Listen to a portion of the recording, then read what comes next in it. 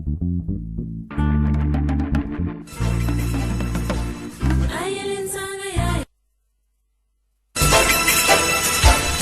Kédou, le journal avec Sotelma Malitaire.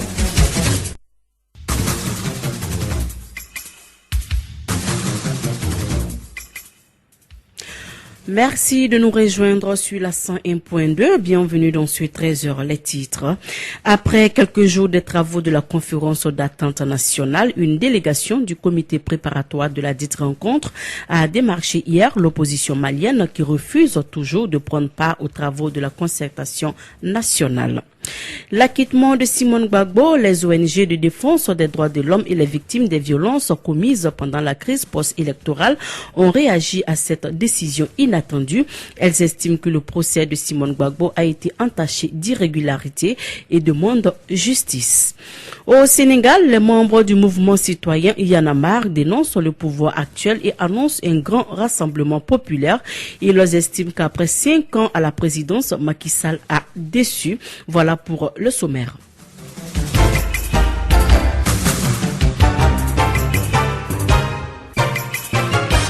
Bienvenue dans ce journal. Présentation, Mariama Kouyati. L'opposition malienne refuse toujours de prendre part aux travaux de la concertation nationale. Elle a été démarchée hier par une délégation du comité préparatoire de la rencontre. L'opposition dit ne pas être invitée. Mieux, elle exige des préalables. On en parle avec Kassim Traoré. Une délégation du comité préparatoire de la conférence d'entente nationale était au siège de l'opposition. Elle était conduite par son premier vice-président, Mohamed El Mahmoud. Donc on est venu pour voir si nos frères de l'opposition pouvaient se joindre à la conférence pour apporter leur contribution à l'édifice national. On avait donné des arguments qui pouvaient les amener à venir, mais ils pensent qu'ils ont été très peu considérés. La République n'a pas tellement considéré leurs exigences. Comme la conférence était un processus, à un moment ou à un autre, je pense qu'ils vont essayer de rejoindre la dynamique. L'opposition dit n'avoir pas été invitée pour les concertations nationales. Soumaïla Sissé, chef de file de l'opposition. Que nous n'avons pas été invités. C'est pendant que nous étions en réunion que des cartes d'invitation sont arrivées. Donc c'est pour dire à l'opinion publique qu'en réalité, le gouvernement et les organisateurs ne voulaient pas de la participation de l'opposition. L'opposition, nous avons envoyé des délégués jusque chez le médiateur pour mieux comprendre le format. Nous demander comment nous allons participer, quel est le nombre de personnes de l'opposition qui vont participer et quels sont les termes de référence définitifs. Nous avons vu les termes de référence définitifs le jour où nous avons rencontré la SEMA. L'opposition doute même du train de l'entente nationale. En gros, c'est comme un train, comme dirait le chef de l'État, mais on ne savait pas où il va. On ne sait pas où le conducteur veut nous amener et on ne sait même pas dans quelle direction ce train va. Voilà la situation dans laquelle on est aujourd'hui. Nous, pour continuer le débat, sans fermer aucune porte, parce que ce qui est important pour les Maliens qu'ils le sachent, c'est que nous aimons la paix, nous aimons l'unité du pays, nous battons pour la réconciliation entre ses enfants. Tant mieux, tant mieux. Donc nous allons envoyer une délégation, après notre discussion tout à l'heure entre les différents partis politiques de l'opposition, rencontrer les émissaires qui sont venus, leur montrer nos exigences. Quelles sont les exigences de l'opposition? Aujourd'hui, on ne peut pas faire une conférence de réconciliation si personne ne peut aller à Kidal. On ne peut pas faire une conférence de réconciliation sur le centre inaccessible. On ne peut pas faire une conférence de réconciliation si on ne parle pas de la gouvernance et de la gabegie dans ce pays. On ne peut pas parler d'une conférence d'entente nationale si les communautés se tournent le dos. Je crois que l'ensemble de ces problèmes doivent être mis sur la table et discutés. En un mot comme en mille, les partis politiques de l'opposition ne veulent pas prendre part à la conférence d'entente nationale. Sur un autre plan, 2 gendarmes maliens ont trouvé la mort en début de semaine dans une attaque à Boulekessi, qui est une localité malienne située non loin de la frontière burkinabé. Des éclairages avec Kassim Traoré.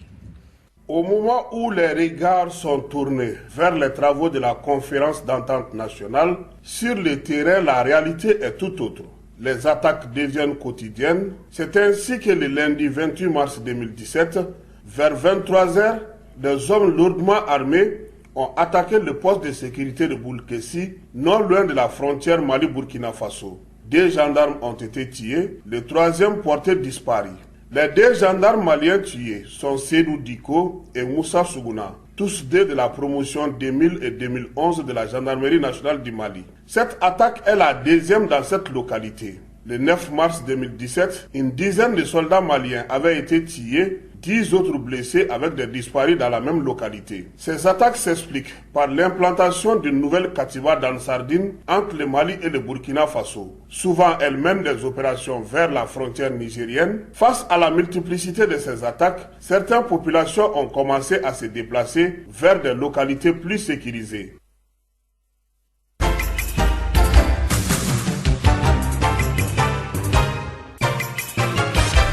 L'actualité internationale nous conduit tout d'abord en Côte d'Ivoire. L'acquittement de Simone Gbagbo mardi par la cour d'assises d'Abidjan a sonné comme un coup de théâtre. L'épouse de l'ancien président ivoirien était jugée pour crimes de guerre et crimes contre l'humanité lors de la crise post-électorale de 2010-2011. Le verdict a surpris alors que le procureur avait requis à son encontre la prison à perpétuité. Ce mercredi, la classe politique ivoirienne a réagi à cette décision inattendue. Les ONG de défense des droits de l'homme et les victimes des violences commises pendant la crise post-électorale qui ont fait 3000 morts s'insurgent. Selon elles, cet acquittement équivaut à une prime contre l'unité. Elle estime que le procès de Simone Gbagbo a été entaché d'irrégularités et elle continue de demander justice. Et puis au Sénégal, un an après leur dernière conférence de presse, les membres du mouvement citoyen se sont à nouveau exprimés hier à Dakar, une prise de parole pour dénoncer le pouvoir actuel et annoncer un grand rassemblement populaire. Le porte-parole du mouvement estime qu'après 5 ans à la présidence, Macky Sall a déçu. Les Y en a marre appellent à défiler en noir pour dénoncer Macky Sall et sa majorité. Des critiques qui feront sans aucun doute réagir les principaux intéressés. En Centrafrique, la population dénonce des progrès trop lents du président Faustin Touadéra qui prêtait serment il y a un an. Les attentes et les espoirs suscités par son élection étaient pourtant énormes en matière de sécurité, de développement économique, de justice ou de reconstruction de l'État. Un an plus tard, la situation est toujours difficile, estiment les Centrafricains. Le Bénin n'a pour le moment pas de premier ministre. Candidat Azanaï vient de démissionner sans donner de raison. En attendant, c'est le chef de l'État qui va donc gérer le portefeuille de la défense. De fait, il en était titulaire puisque Candidat Azanaï était ministre délégué. Au Bénin, le poste a toujours été sous le contrôle étroit du président. Le choix du remplacement n'est pas encore à l'ordre du jour.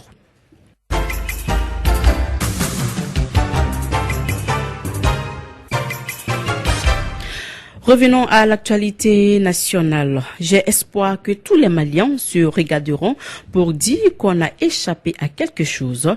Tels sont les mots de Keltoum Wallet, une artiste musicienne. C'était à l'issue du lancement de son nouvel album dénommé Iyana, qui veut dire en français Homer. Un album de 10 titres qui véhicule essentiellement des messages de paix pendant que se tient actuellement la conférence d'attente nationale. Moussa Papa Aïdara y était à la conférence de presse.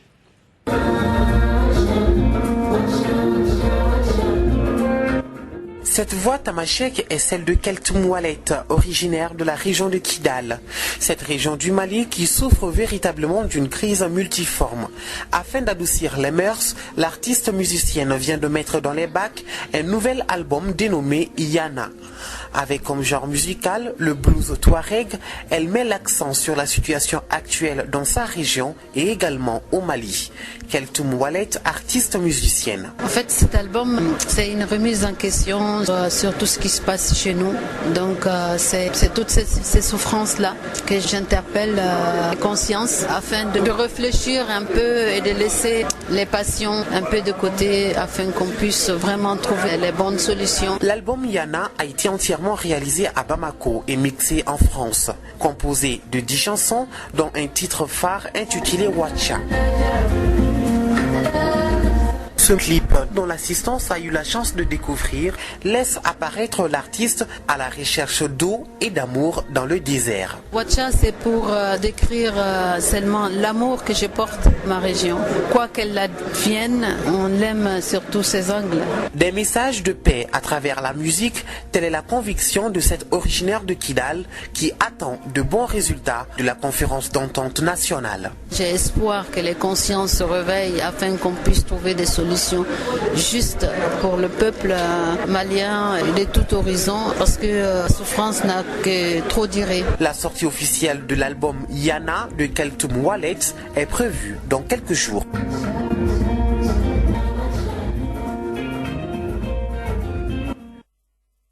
Voilà également la diva du Mali, Oumou Sangaré, sera sur scène le 21 mai à Paris pour le festival 100% Afrique. Plusieurs activités seront au centre de cette rencontre culturelle, telles que des expositions d'art contemporain, des spectacles de danse, des théâtres, mais aussi des concerts. Occasion pour la diva de Wassolon de fêter son grand retour. Après 8 ans de silence discographique, son nouvel album Moguya sort en mai prochain.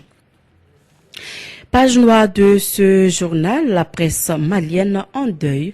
Elle pleure la mort de notre confrère Ibrahim Famagan Koulibaly, décédé hier à Bamako des suites d'une longue maladie. Il fut journaliste réalisateur à l'ORTM, également vice-président de la maison de la presse. Il était chargé de communication au ministère de la Santé avant que la mort ne l'emporte. Dort en paix, président Famagan. Il est 13h13 dans notre studio, le rappel des titres avant de boucler ce journal.